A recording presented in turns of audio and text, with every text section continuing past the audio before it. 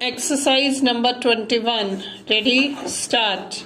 The observation in Ramdas that the High Court, in exercise of its revisional jurisdiction, cannot act as an appellate court, and it is impermissible for the High Court to reassess the evidence in a revision petition filed under section 25 of the Act is in accord with Rukmani case. Its observation that the High Court can interfere with incorrect finding of fact must be understood in the context where such findings is perverse, based on no evidence or misreading of the evidence, or such finding has been arrived at by ignoring or overlooking the material evidence, or such finding is so grossly erroneous that if allowed to stand will occasion in miscarriage of justice. Ramdas does not hold that the High Court may interfere with the findings of fact because on reappreciation of the evidence its view is different from that of the first appellate court or authority. The decision of this court in V.M. Mohan is again in line with the judgment of this court.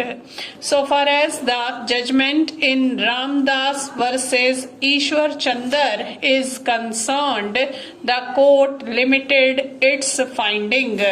Insofar as the three-judge bench decision of this court in Ramdas is concerned, it rightly observes that revisional power is subject to well-known limitations inherent in all the revisional jurisdictions, and the matter essentially turns on the language of the statute investing the jurisdiction.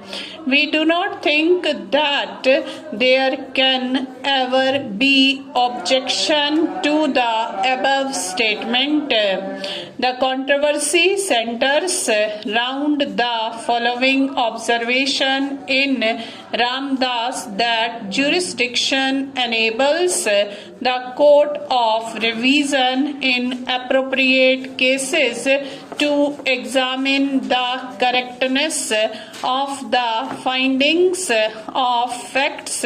Also, it is suggested that by observing so, the three-judge bench in Ramdas has enabled the High Court to interfere with the findings of fact by reappreciating the evidence.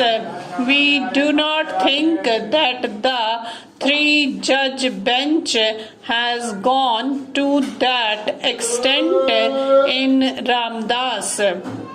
The observation in Ramdas that as the expression used conferring revisional jurisdiction is legality and propriety, the High Court has wider jurisdiction obviously means that the power of revision vested in the High Court in the statute is wider than the power conferred on it under section 115 of the Code of Civil Procedure. It is not confined to the jurisdictional error alone. However, the examination is limited to satisfy that the law is followed. Stop.